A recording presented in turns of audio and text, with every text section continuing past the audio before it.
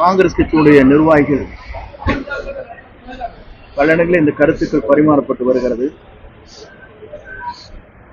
இதுவரையிலும் இந்த கருத்துக்களை பொறுத்தவரையிலும் என்னை போன்றவுடைய கவனத்திற்கு கொண்டு வரப்படவில்லை. ஒவ்வொரு தலைவரும் ஒவ்வொரு கருத்துக்களை சொல்லுகிறார்கள். அப்படி என்றால் நாங்கள் சொல்ல வேண்டும் என்று சொன்னால்,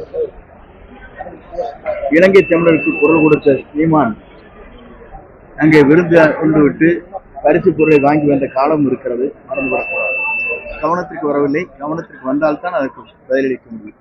இலங்கை நிர்வாகம் என்று ஒரு புதிய இயக்கம் துவங்கி இருக்கிறது.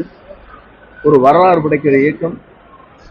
எதை வேண்டுமானாலும் மக்கள் கோரிக்கை வைக்கின்ற போது அந்த கோரிக்கை ஏற்ப எப்படி நாம் நிறைவேற்ற வேண்டும் என்பதை ஆய்ந்து அந்த பணிகளை மேற்கொள்ள வேண்டி இருக்கிறது. பாருங்கள், எங்களை பொறுத்தவரை தெளிவாக இருக்கிறோம். இவரை முதலமைச்சராக ஏற்றுக்கொள்கின்ற மட்டும்தான் நம்முடைய கூட்டணி இணைய முடியும். திருமாவளவன் கருத்து வேறு.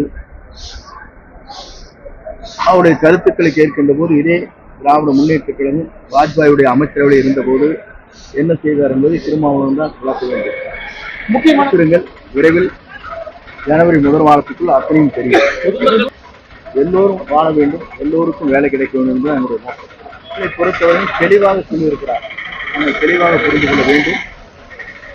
ஈரோடு பொதுக்கூட்டத்திலே பேசுகிற போது 2 கருத்துக்கள் பரிமாறப்பட்டது.